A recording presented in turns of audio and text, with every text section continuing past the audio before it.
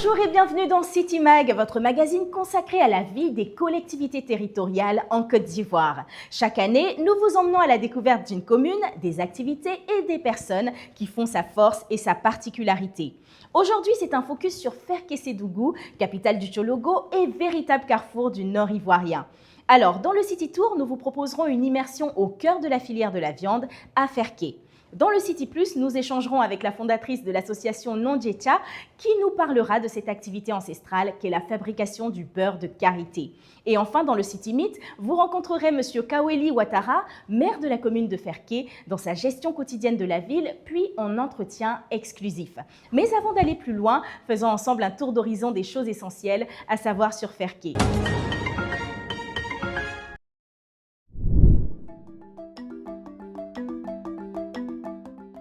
Ferkessédougou, la terre du peuple Nyarafolo, est l'une des villes les plus importantes du nord de la Côte d'Ivoire. Située dans la région du Tchologo, elle est limitée au sud par la commune de Tafiéré, au nord par celle de Ouangoulodougou, à l'ouest par Korogo et à l'est par la ville de Kumbala. Elle jouit d'un climat très chaud et très sec.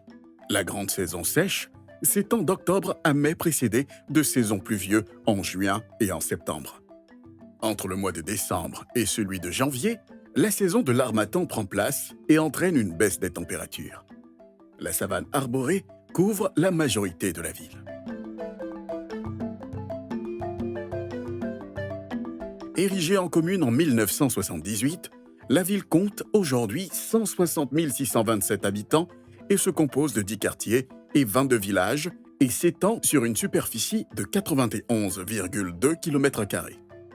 Dernière grande ville sur la route du Burkina Faso et proche du Mali, sa position frontalière renforce son rôle stratégique dans les échanges commerciaux entre la Côte d'Ivoire et ses voisins. La ligne de train reliant Abidjan à Ouagadougou s'y arrête, augmentant encore son attractivité. Tous les jeudis, la ville s'anime pour le traditionnel marché et son marché à bétail est l'un des plus importants de la sous-région. Il approvisionne non seulement la Côte d'Ivoire, mais aussi les pays voisins. Elle est dirigée par Ouattara Kaweli, maire de la ville depuis 2018. Au niveau des villages rattachés à la commune, nous avons livré un bâtiment de 3 classes dans le village de Bambalvogo. Au niveau de la commune ici, nous avons livré à peine 3 mois un centre de santé flambant neuf dans le quartier Fangaka. Présentement, nous avons 90 magasins pour les commerçants qui sont en construction, que vous pourrez bien vérifier sur le terrain.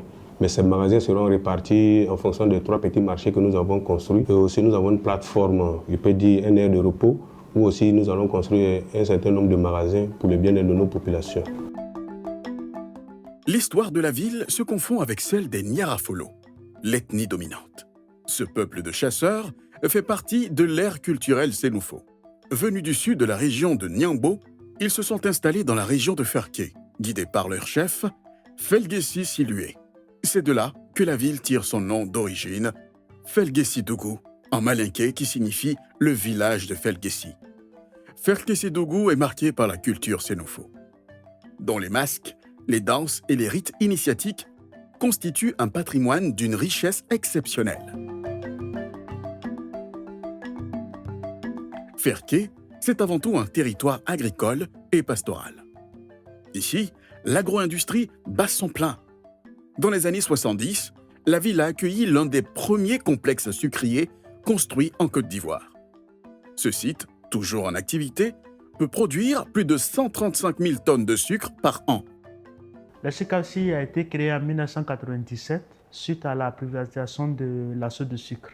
En 2010, elle intègre le grand groupe Somdia, un groupe agro-industriel français, spécialisé dans l'alimentation de bétail, la fabrication de farines et surtout dans la production de sucre de chaque site d'implantation. La CKC, c'est environ 30 000 emplois de façon directe, généralement générés par des sociétés, des structures sous-traitantes qui regroupent en grande majorité les habitants de la région.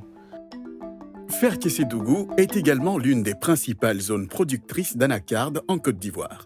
Cette culture de rente, introduite dans le pays au XXe siècle, a fait l'objet d'une importante réforme en 2013 visant à stimuler la production et à améliorer la qualité de la filière. Ces efforts ont porté leurs fruits.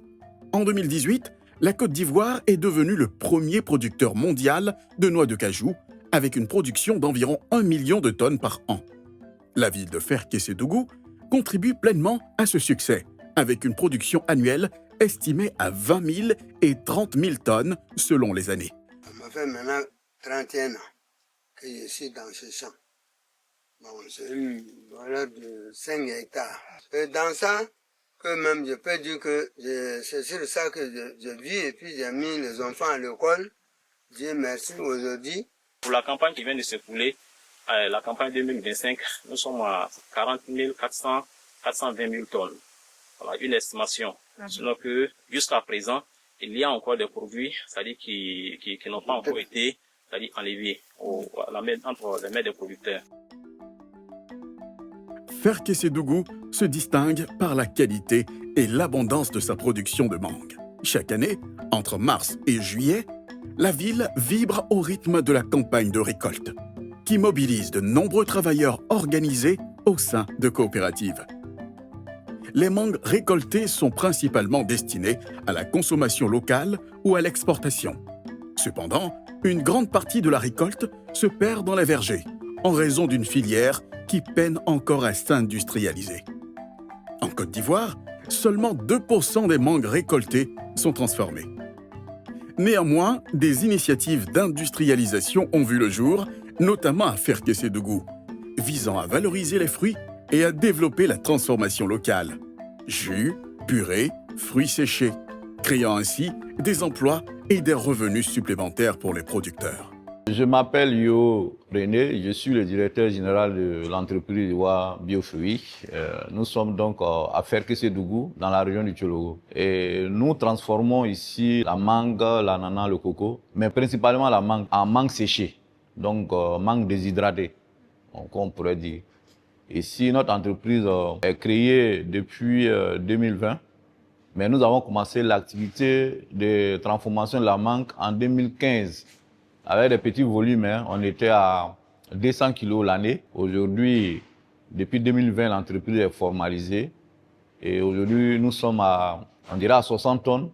Et d'ici l'année prochaine, on sera à 100 tonnes de mangue séchée. Et nous employons environ 150 personnes, 90% de femmes que nous employons ici. Et le constat, il faut que je sois clair avec vous. La mangue, la perte est estimée autour de 40% de perte de la production.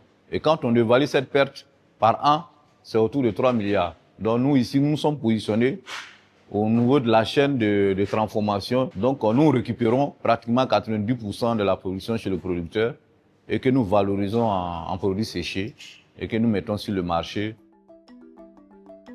Depuis 2021, dans le but de renforcer l'attractivité de la commune, l'État a entrepris la création d'un port sec. Sur une superficie de 732 hectares, cette infrastructure vise à transformer Ferké-Sédougou et sa région en un pôle économique majeur de la Côte d'Ivoire. La réalisation de ce projet facilitera les échanges commerciaux entre la Côte d'Ivoire et toute la sous-région, faisant du Tchologo l'un des pôles les plus dynamiques du pays. Cosmopolite et dynamique, avec ses infrastructures en plein développement, Ferké s'impose aujourd'hui comme une ville carrefour, un pôle économique en pleine mutation et un symbole de l'essor du Nord ivoirien. Et voilà donc un joli tour à 360 degrés de la ville de Ferké. Que savez-vous de la viande bovine que vous consommez tous les jours? Pour vous donner des éléments de réponse, nous vous emmenons au cœur de l'élevage, de l'abattage et de la commercialisation de la viande de bœuf à Ferké. Pour ce faire, l'entreprise Viande de Ferké nous ouvre les portes de son usine dans le City Tour.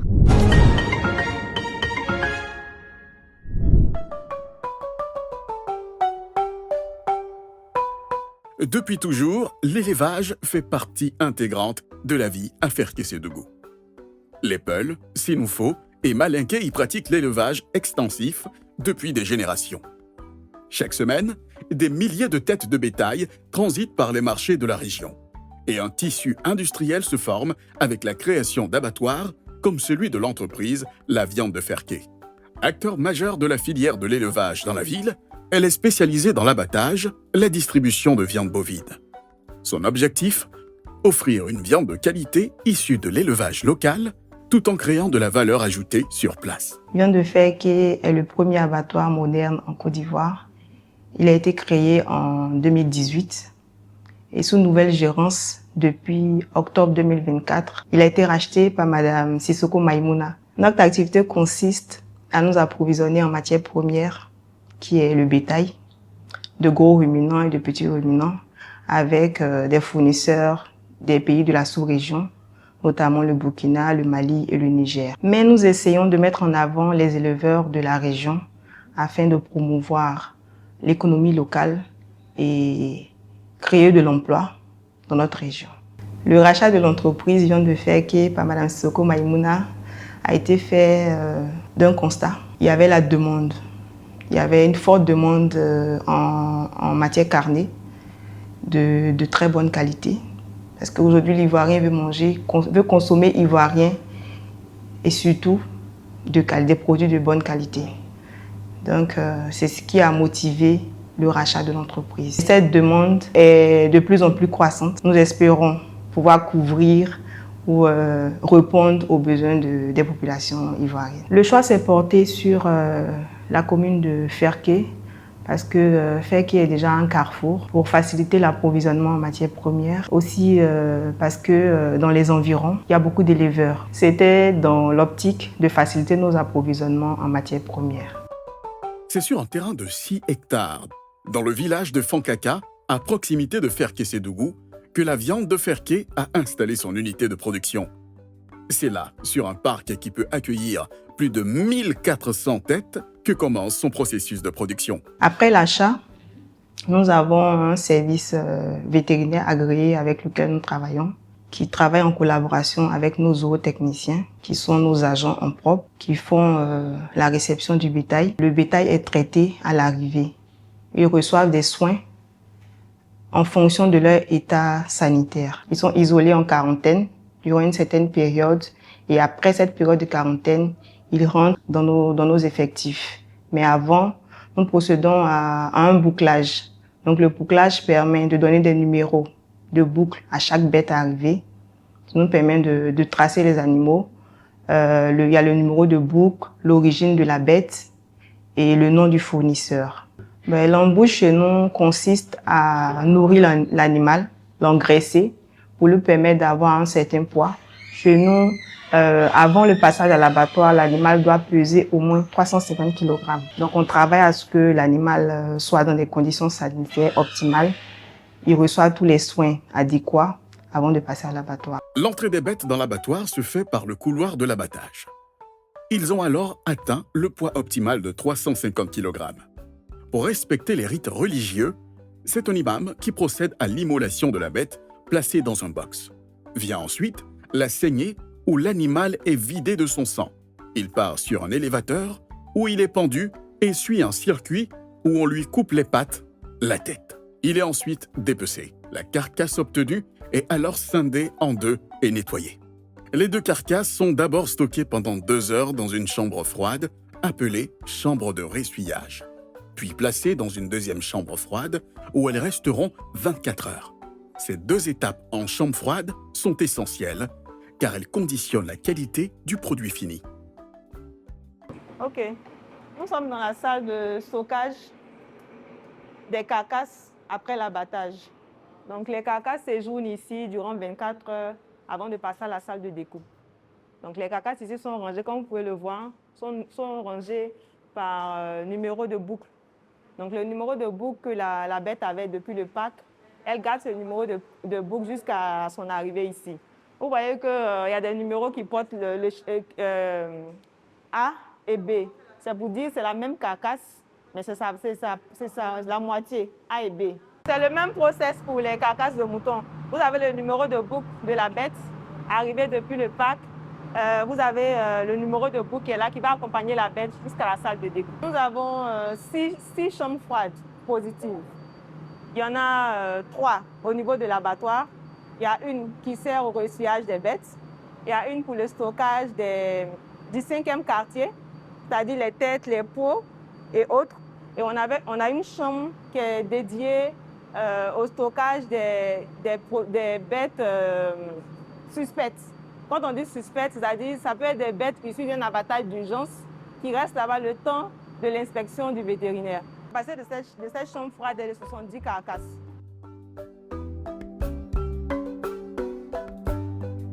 Après 24 heures stockées dans les chambres froides, les carcasses prennent la direction de la salle de découpe. Là, devant leur table, les opérateurs séparent la carcasse en 4 morceaux dans un premier temps, puis ces morceaux sont déposés sur un tapis roulant qui les achemine vers une autre équipe d'opérateurs qui récupère les morceaux et les découpe cette fois-ci en fonction des morceaux souhaités par les demandes des clients. Dans cette salle de découpe, ce sont 15 bouchers qui travaillent à la chaîne. Et là, c'est la salle de découpe.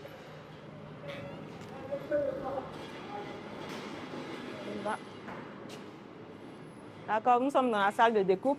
Lorsque les carcasses traversent cette porte, elles passent par les rails et se retrouvent dans cette salle.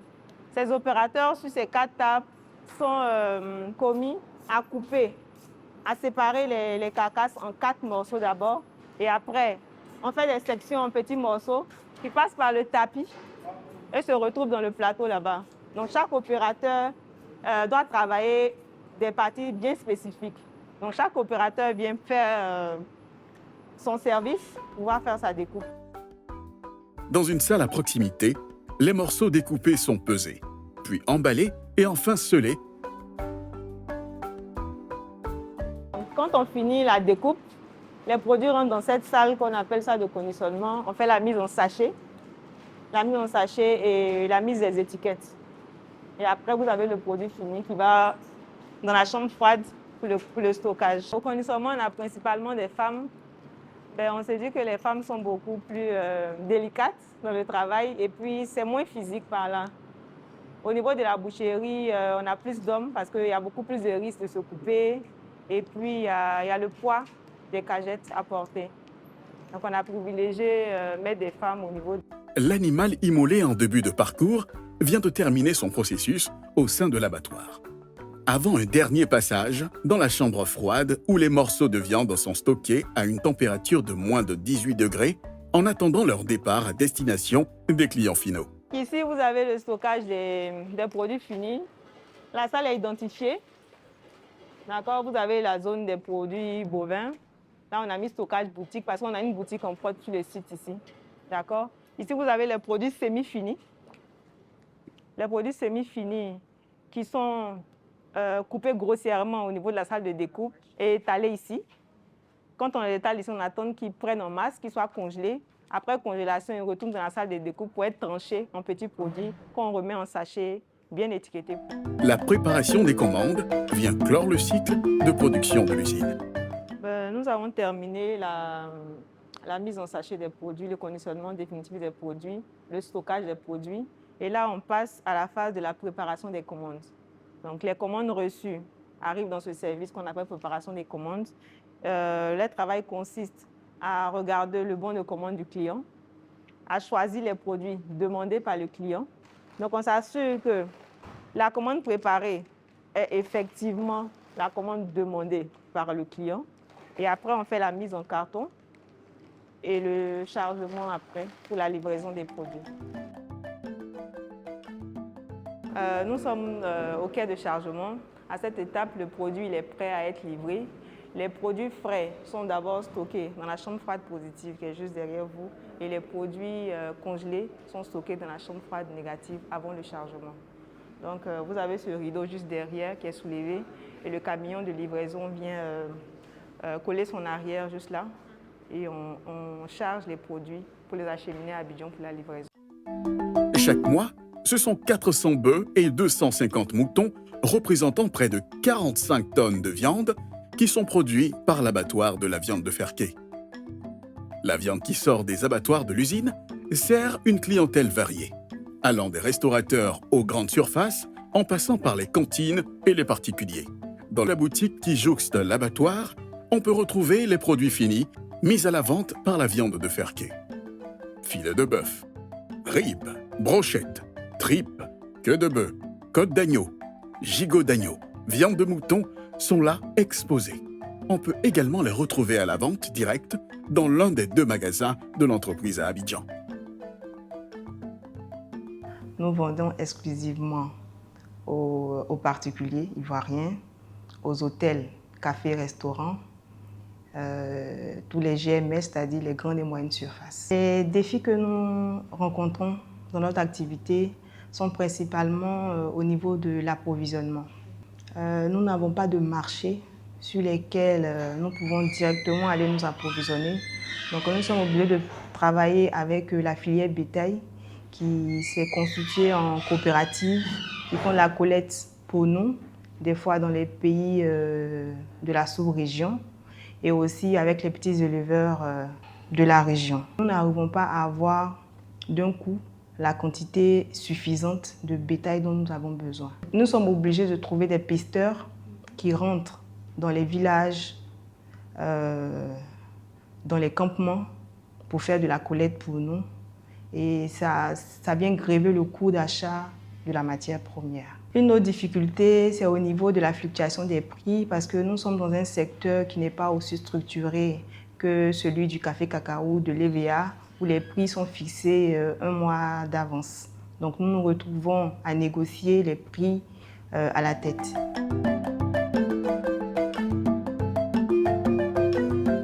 L'idée, c'est de devenir la référence en termes de boucherie en Côte d'Ivoire, qui sait nous étendre demain en charcuterie également et pouvoir être leader. Mais pour arriver à cet objectif, nous pensons à un accroissement, c'est-à-dire une augmentation de notre production, aussi un accroissement au niveau de nos installations. Pour atteindre cet objectif, nous allons accroître notre production en passant par la création d'une charcuterie. La création d'une charcuterie qui va nous emmener à construire de nouveaux bâtiments afin d'abriter cette nouvelle charcuterie qui nous permettra de mieux valoriser notre viande. Un grand merci à la viande de Ferké et à sa directrice pour cette immersion au cœur de leur activité. Nous allons à présent à la rencontre des habitants de Ferké qui nous donnent leurs impressions sur la ville et les endroits qu'ils y préfèrent. C'est dans l'interview express. Je me nomme Kone Christiane. Bon, je suis arrivée dans la ville de Ferké. Je trouve que Ferké, c'est une belle ville. C'est une ville de tranquillité. Parce qu'ici, il n'y a pas d'embouteillage. Puisque je viens d'Abidjan, là-bas, il faut se réveiller tôt pour se rendre dans son lieu de travail. Bon, ici, tout va bien. Voilà, je me sens à l'aise ici. Ferké, c'est une ville paisible. Bon, il y a le mieux vivre et puis la vie n'est pas chère. Bon, à Ferké, ici, on a la rue Princesse. Il y a une rue Princesse ici. Et puis, il y a la cave de Tanti Nati qui est juste derrière la rue Princesse là. Les soirs, quand on finit de faire le jazza là, on bouge là-bas, on se détend un peu avant de rentrer à la maison, tout ça. À Ferké, ce qu'ils aiment le plus, c'est les jeudis. Les jeudis, quand sont les jours de marché. Donc, on vient à Ferké, il y a les gens qui quittent à Cinématiali, dans les villages d'à côté, ils viennent. Donc, il y a beaucoup d'engouement, il y a foule. Donc, nous aussi, comme on est les commerçants, on arrive à faire nos jazza bien tranquille. En tout cas, les jeudis, on arrive à faire jazza. Ils aiment les jeudis à Ferké. Les jeudis, moi, j'adore à Ferké. En tout cas, en tant que commerçant, c'est le marché.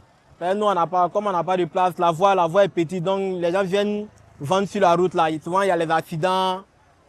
Souvent, il y a les accidents sur la voie, les gros camions qui viennent là. Donc là, il y a les accidents. Si on pouvait un peu tracer un peu pour qu'on puisse vendre un peu derrière là-bas, c'était un peu mieux quoi. Donc sinon ici là, ça va, il n'y a pas d'agression. Tu sors à l'heure que tu veux, tu rentres à l'heure que tu veux, c'est tranquille. Faire que c'est tranquille en tout cas. Je m'appelle Dawa Lima. Je sais faire que ça fait 10 ans maintenant. Tous mes plats faits, surtout le marché même, on s'attaque ici, tout me plaît ici. En tout cas, tout me plaît, surtout le marché même. Parce que quand tu as les problèmes à la maison, quand tu viens au marché, tu oublies tout. C'est ce qui me plaît ici. Je suis arrivé à faire ce goût en 1986 et avec le temps, jusqu'à ce jour, tout a changé. Il y a de très belles choses, sauf qu'avec l'âge, je ne peux pas vous dire tel ou tel coin est plus intéressant. Sinon, Ferké est très intéressant, c'est une ville vraiment qui accueille tout le monde. Moi, je viens du sud. Je suis arrivé au nord. On m'a intégré et je suis devenu fils de Fer Kessédougou. Mademoiselle Diarra Fatoumata, j'adore la ville de Feke. Elle est tellement agréable et puis elle est sympa. Je dis la ville de Feke, c'est une ville qui est cool, tranquille. Et puis les habitants de la ville sont tellement sympas. Quand je vais m'amuser, il m'avait au fast-food, soit éco-ferme, c'est là où on s'en manger les frites.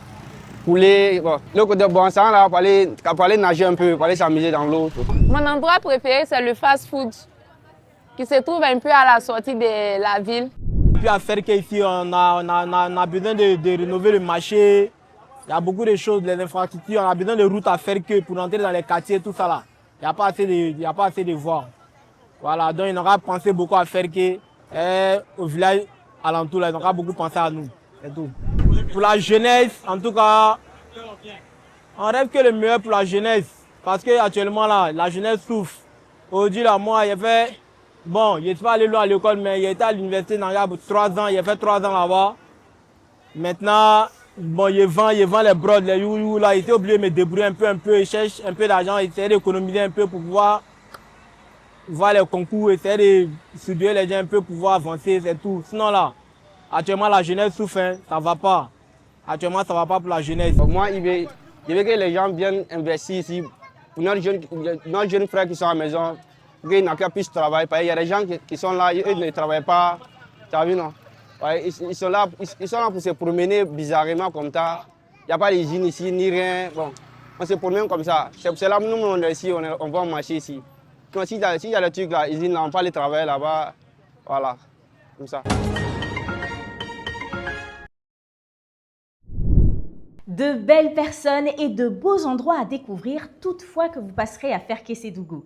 C'est l'heure de notre second reportage qui met en lumière cette fois des femmes veuves et courageuses.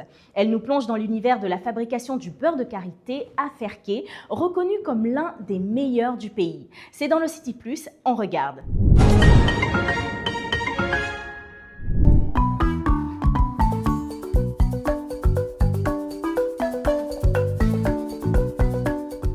Hors blanc de la savane africaine, le beurre de karité du nord de la Côte d'Ivoire est devenu une référence, utilisé comme hydratant naturel ou ingrédient culinaire. C'est dans la région du Tchologo, au nord du pays, que l'on retrouve des unités de production encore traditionnelles, mais au savoir-faire inégalable. On a vu que nos grandes-mères faisaient le beurre de karité, mais ce n'était pas pour vendre, c'était pour la consommation locale. On sait que depuis des antiquités, c'est un arbre qui peut nous donner du beurre de karité. Mais pour dire que c'était un produit commercial, c'était pas commercial. C'était un cadeau, pour faire des cadeaux. Maintenant, il y a des chefs qui étaient venus. Bon, c'est que ma grand-mère m'a dit qu'ils étaient venus chez eux. Maintenant, eux leur ont donné le beurre de karité. Quand ils sont arrivés chez eux, ils ont donné à leurs femmes. Leurs femmes, au lieu de prendre ça pour la consommation, ils ont voulu vendre ça à ceux qui étaient là. Et quand ils ont vendu, ceux qui ont consommé, ils ont trouvé que c'était bon. Ils ont demandé à ces gens-là de leur en procurer. Voilà comment est partie la commercialisation du beurre de karité. Aujourd'hui, avec le karité, on peut faire beaucoup de choses. Avec le beurre de karité. Hier, j'étais en échange avec un monsieur au Sénégal. Lui, il fait le chocolat. Mais il dit son chocolat, c'est à base de beurre de karité. Donc, on était en train de voir comment signer des partenariats. Mais moi, je ne savais pas que le beurre de karité, on le mettait dans le chocolat. Mais il m'a dit que son chocolat, il est fait à base de beurre de karité. Ça veut dire que le beurre de karité est utilisé dans plusieurs domaines d'activité. Le shampoing, avec Kamboulidi, on a appris qu'on pouvait faire du shampoing avec le beurre de karité. La pulpe de karité, on fait de la confiture avec. Dans le karité, rien ne se jette. Les coques de karité, on fait du charbon, on fait le gommage avec. Nous, on utilise ça pour le charbon, mais il y a certaines hommes qui font ça du gommage. Ça, vous pilez bien, vous tamisez, vous mettez un peu de djabi dedans. Tu mets ça sur ton visage. Tu n'auras jamais de boutons. C'est avec le beurre de karité, nous, on prépare. C'est ça, on pommade, c'est ça, on mange. Quand tu fais même, maintenant, il a fait bouillir, c'est ça, il a mis dedans. Quand tu mets ça dans bouillir, ça devient comme si tu as mis la crème dedans. Et puis, le goût même, ça n'a rien à voir avec quand tu mets du beurre dedans. À Fer Kessédougou, c'est dans les coopératives de femmes que la noix de karité est transformée en beurre de karité. Grâce à un savoir-faire reconnu, les femmes de l'association Nyondiecha des Veuves de Ferké transforment le fruit du karité en pâte, puis en beurre, au cours d'un processus qui demande patience et expertise minutieuse. Première étape, la collecte des fruits de karité. Sinon, avant, en février déjà, février-mars, on a le karité, on a les bonnes karités. Mais maintenant, on va jusqu'en juin, juillet. Il y a encore, c'est maintenant que ça donne. Et puis bon, ça ne donne pas assez. Le prix du karité aujourd'hui est à 255 francs Bosch. Dans l'association, il y a certaines femmes veuves qui ont leur parcelle de karité. Elles ramassent et elles viennent vendre à l'association. Puisqu'elles adhèrent déjà à l'association, elles vendent à l'association. Mais quand la production des femmes de l'association ne suffit pas, on achète sur les marchés. On achète pour compléter la production de notre structure. Nous-mêmes sommes en train de vouloir faire une plantation d'1 hectare. Nous avons déjà eu les sites et le commandant de cantonnement des eaux et forêts de Ferké nous a promis des pépinières d'1 hectare. C'est après cette collecte que les femmes de la coopérative débutent la fabrication. Ça, c'est les noix ramassées au champ et puis préparées. C'est déjà préparé, c'est bien sec. Maintenant, quand c'est bien sec, on décortique. Et ce qui est là, on met dans l'eau pour laver. Maintenant, quand on finit de laver, on sèche. On essore. On essore. Maintenant, on passe au séchage. On va sécher. Quand on sèche, on laisse à peu près 30 minutes pour ne pas que ça soit trop sec. Quand c'est trop sec, quand on va au concassage, on a tous les problèmes. Ça colle, ça ne peut pas sortir du moulin. Après là, on passe au concassage.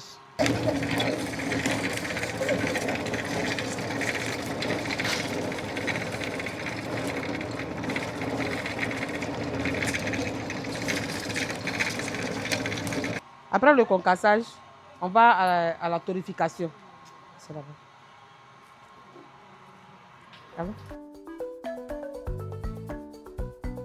La torréfication manuelle consiste d'abord à avoir un foyer. Notre foyer artisanal, c'est placer 3 cailloux.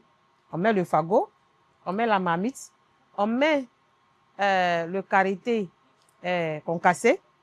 On ne prend pas la spatule, le bois de placali. On prend un bâton parce que la marmite est grosse, on ne peut pas s'asseoir. Donc, on se tord le cou et on mélange. On mélange au fur et à mesure. Quand le karité, quand il commence à cuire, tu sens une fine odeur qui commence à venir. On dit, ah, regardez, sinon, ça va brûler. Ça commence à cuire. Et quand ça cuit, quand vous jetez un peu d'eau dedans, ça fait un bruit comme si c'était une grillade. On sait que c'est prêt. Là, il reste un peu. Dans peu de temps, ce serait prêt. Mais ce qui est déjà prêt, voilà, c'est ce qui est là. Vous avez vu? Ça, c'est le bas. Quand ça dure, ça commence à brûler. Vous avez vu? Ça commence à brûler. Voilà. Ça, c'est déjà prêt. Donc, on doit faire la pâte. Écraser maintenant comme pâte d'arachide. Ça va sortir liquide. Après la torréfication, nous avons fait la pâte. C'est la pâte que vous avez vue là. Voilà ce qu'on a fait comme pâte. Voilà. Quand on grille, quand c'est bien cuit, après la pâte, l'écrasage au moulin, voilà ce qu'on reçoit. Elle est bien noire. Et on met de l'eau dedans pour passer au barattage. On met l'eau, on mélange et on passe au barattage. L'étape du barattage consiste à mettre le beurre, la pâte du beurre là, des noix écrasées. On met ça dans la cuvette et puis on met l'eau, on mélange et on renverse dans le barateur. Ça devient homogène et pas liquide, un peu lourd pour que la machine puisse battre. Voilà, pour que la machine puisse battre, il faut que ça soit lourd. Si c'est léger, ça va s'éparpiller, ça va salir les gens. Si c'était léger, on ne pouvait pas s'asseoir ici. On soulève, on met ici. Le barateur travaille, il bat. Et quand le beurre commence à devenir blanc, 1 heure de temps après, c'est bon. Ça devient blanc. La pâte est blanchâtre. Donc, on ouvre le moulin. On recueille la pâte blanchâtre. On dessort, on prend le beurre et on met au feu. Avant de passer à la cuisson, on passe d'abord à l'essorage. On met l'eau. Quand on soulève comme ça, vous voyez que ça s'élève. Vous voyez? Voilà. Maintenant, on mélange pour que la pâte sale reste, les dépôts la descendent et puis le beurre reste à la surface. C'est ce beurre-là, on enlève pour aller mettre au feu. Après la récolte du beurre, on passe à la cuisson. C'est l'étape de la cuisson qui est là. On a mis le beurre au feu. Au fur et à mesure que ça cuit, la pâte sale reste en bas. La pâte fait des dépôts. Il y a une dépôt noir qui reste en bas. On enlève au fur et à mesure. Au fur et à mesure, on enlève les dépôts et ça commence à s'éclaircir. Quand c'est propre, vous voyez, il y a une mousse blanchâtre qui commence à apparaître à la surface du beurre. On sait que vraiment, actuellement, c'est prêt. Et non, après, quand on a mis la pâte au feu, le beurre au feu, on filtre. Après la filtration, vous voyez l'huile qui est là, c'est l'huile de karité. Et pour solidifier, on a besoin de tourner pour que ça se refroidisse. Il faut qu'on tourne doucement, doucement pour que ça se refroidisse. 10 minutes au plus, ça va commencer à se solidifier. Ça va commencer à se solidifier. Quand ça se solidifie, on ne laisse pas ça devenir dur. Dès que ça commence à se solidifier, on met dans les pots pour que ça prenne la forme du pot. Quand c'est solide et que vous mettez, il y a des parois où le beurre ne s'assoit pas. Donc on sent les vides dans les à côté. Voici le beurre solidifié après la transformation de notre beurre de karité. Le pot est à 2500 francs. C'est parce que ce n'est pas étiqueté, il n'y a pas d'emballage. Sinon, avec l'emballage, tout, on vend le pot à 3000 francs. Ce processus est répété par les femmes de la coopérative dès les premières récoltes qui débutent au mois de février et parfois en juin avec les effets du changement climatique. C'est aussi dans toute la ville, dans les maisons, que cette production est réalisée par des femmes pour être mise en vente, faisant de la noix de karité une source de revenus pour de nombreuses femmes de la région. Le beurre de karité, Dieu même nous a bénis. Dans les 8 régions productrices de karité, le Tchologo est la plus grande région qui produit le plus grand nombre de beurre de karité. Nous sommes la meilleure région qui produit la meilleure noix de karité. Actuellement, vous avez vu que le gouvernement s'est ajouté, hein? On est actuellement au coton anacarde karité. La filière karité a ajouté à coton anacarde. Ça veut dire que le karité a une grande capacité d'apport financier. Le karité, vraiment, nous apporte beaucoup. Actuellement, près de 90% des femmes dans la région du Tchologo s'acquièrent de la production de beurre de karité. À la maison, ce n'est pas en coopérative, mais dans pratiquement chaque cours, chacune fait le beurre de karité. Parce que le beurre de karité maintenant est recherché. Donc, ce beurre de karité nous rend vraiment autonomes. Ça crée de l'emploi. Nous-mêmes, nous étions 5, aujourd'hui nous sommes 145. Pourquoi demain nous ne serons pas 245 ou bien 500? Si on a une grande unité, actuellement, les jeunes filles veulent venir. Hein. Aujourd'hui, il y a une qui est venue. Elle-même, elle est venue dire qu'elle veut travailler avec nous. C'est parce que c'est modernisé. Quand c'est artisanal, ça fatigue, c'est fatigant. Mais modernisé, là, vraiment, les jeunes veulent intégrer la production du beurre de karité. En Côte d'Ivoire, la filière karité est devenue importante. En 2025, la Côte d'Ivoire figurait parmi les principaux producteurs africains de noix de karité, avec une production estimée à environ 400 000 tonnes par an. C'est un secteur qui emploie principalement les femmes, pour le ramassage et la production. La filière est régulée par le Conseil du coton et de l'anacarde. Mais malgré une filière organisée et prometteuse, et un savoir-faire reconnu, les femmes de l'association Nyondiecha doivent relever plusieurs défis. Mais le défi majeur reste celui de la commercialisation. Au début, on avait un problème de financement. Financement, avoir le fonds de roulement. Vous avez vu que nous-mêmes, nous sommes cotisés. Maintenant, on n'a pas de grande surface, on n'a pas d'un site ou bien dit où on va exposer. On n'a pas de site. On fait ça chez nous, à la maison, bien. Quand tu as une connaissance, tu donnes et puis la personne envoie. Aujourd'hui, nous voulons exporter d'autres beurres de qualité. D'abord, il faudrait qu'on soit labellisé. Il faudrait qu'on ait des étiquettes propres à nous. Et puis aussi, il faut qu'on ait les financements. Si on n'a pas de financement, on ne peut pas produire. Il faut qu'on ait le financement.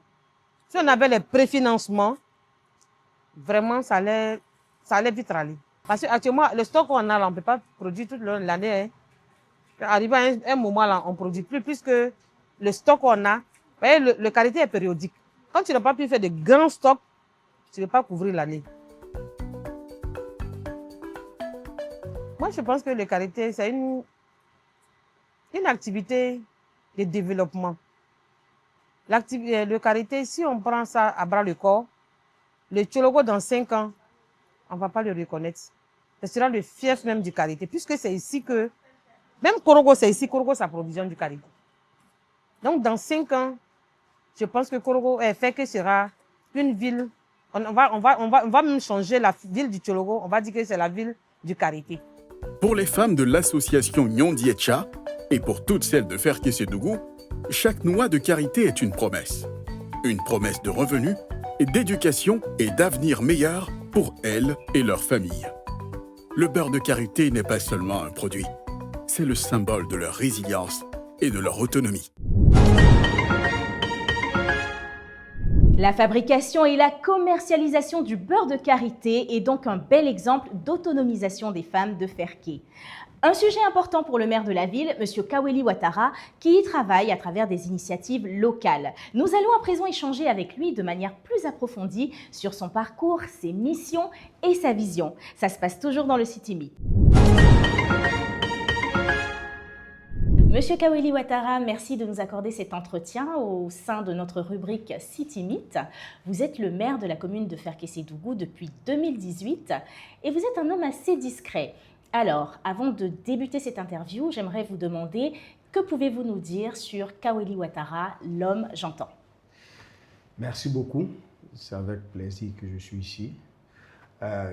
Kaweli Ouattara est le maire de Ferké, effectivement. Je suis père de famille, j'ai 6 enfants, je suis opérateur économique, je suis agriculteur, je suis éleveur. J'aime passer beaucoup de temps en famille avec mes enfants. Et donc voilà un peu Kaweli Ouattara.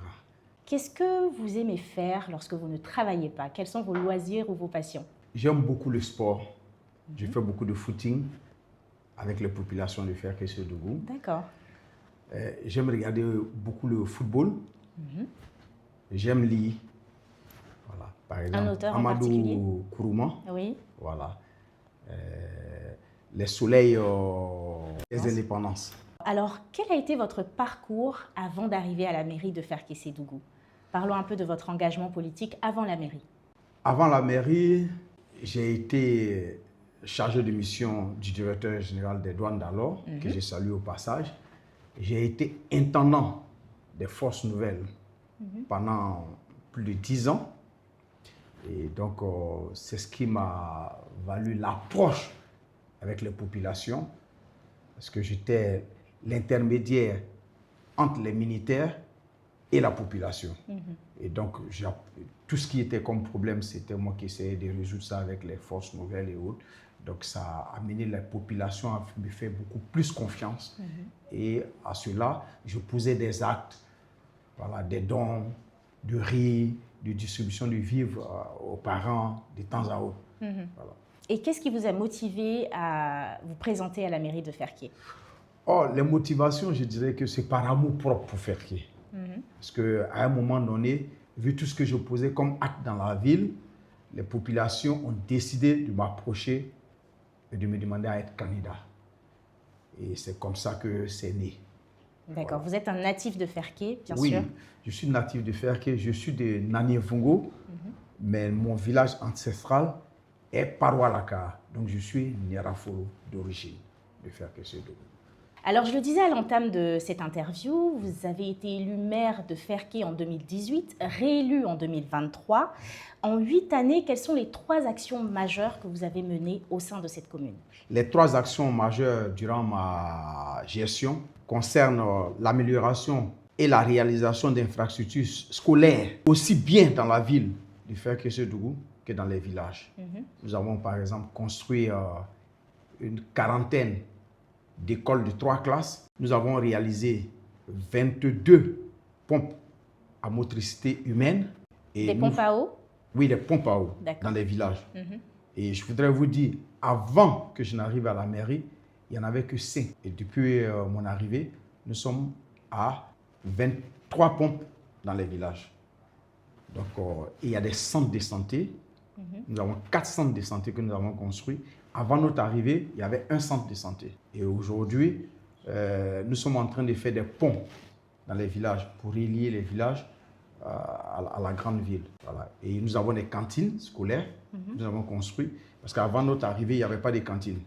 Aujourd'hui, nous avons, je crois, 5 cantines construites à faire que ce doux. Très bien. Vous avez parlé des ponts qui sont en train d'être construits. Est-ce qu'il y a d'autres chantiers en cours? J'imagine que oui. Et lesquels? Oui, les chantiers en cours, il y en a assez.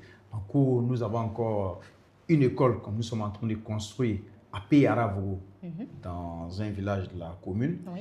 Un autre à Kakika, dans un autre village de la commune. Et une autre école à Bombalvogo, dans la commune encore de Ferke-Sédougou. Et nous sommes en train de construire des jardins d'enfants, je crois, encore à Ferke, et d'autres écoles dans la commune de Ferke.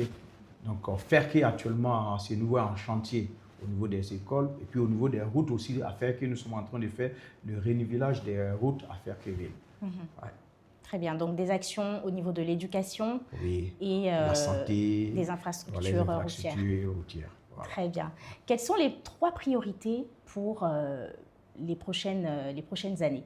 Les 3 priorités sont d'abord la salubrité, qui nous tient beaucoup à cœur.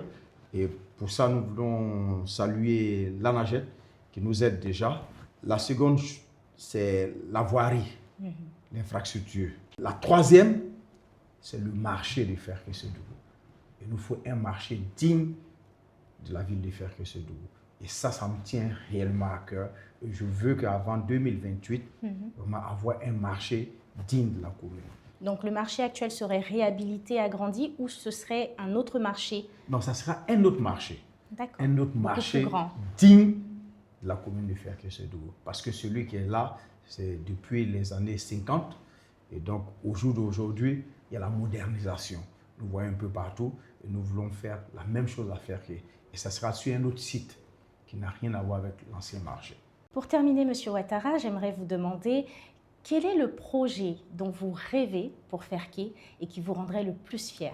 Le projet qui me rendrait le plus fier, c'est le marché. Une fois encore le marché, quand j'aurai construit le marché de Ferke-Sédougou, je me dirai, ouf, Kaouli, tu as atteint ton objectif. Et ça, vraiment, ça me tient à cœur. Et s'il est fait avant 2028, vous vous représentez ou pas? Bon, chez nous, on dit une équipe qui gagne, on ne la change pas. Oui. 2028, c'est sûr, si Dieu nous donne longue vie, c'est sûr que Kaouli sera candidat. Et ça, personne ne peut nous le dédier. Ouais. Et donc, c'est ce que je vous dis. C'est bien noté, rendez-vous en 2028 donc. Merci pour cet entretien, pour le City Meet de notre émission City Mag.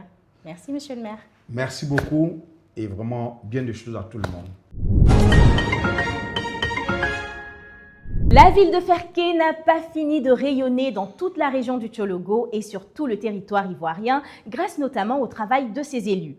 Ainsi s'achève ce numéro de City Mag spécial Ferke. Nous espérons que vous avez apprécié le voyage et nous vous donnons rendez-vous la semaine prochaine pour une autre excursion en terre d'Eburni. Toujours sur la RTI 1 et toujours dans City Mag.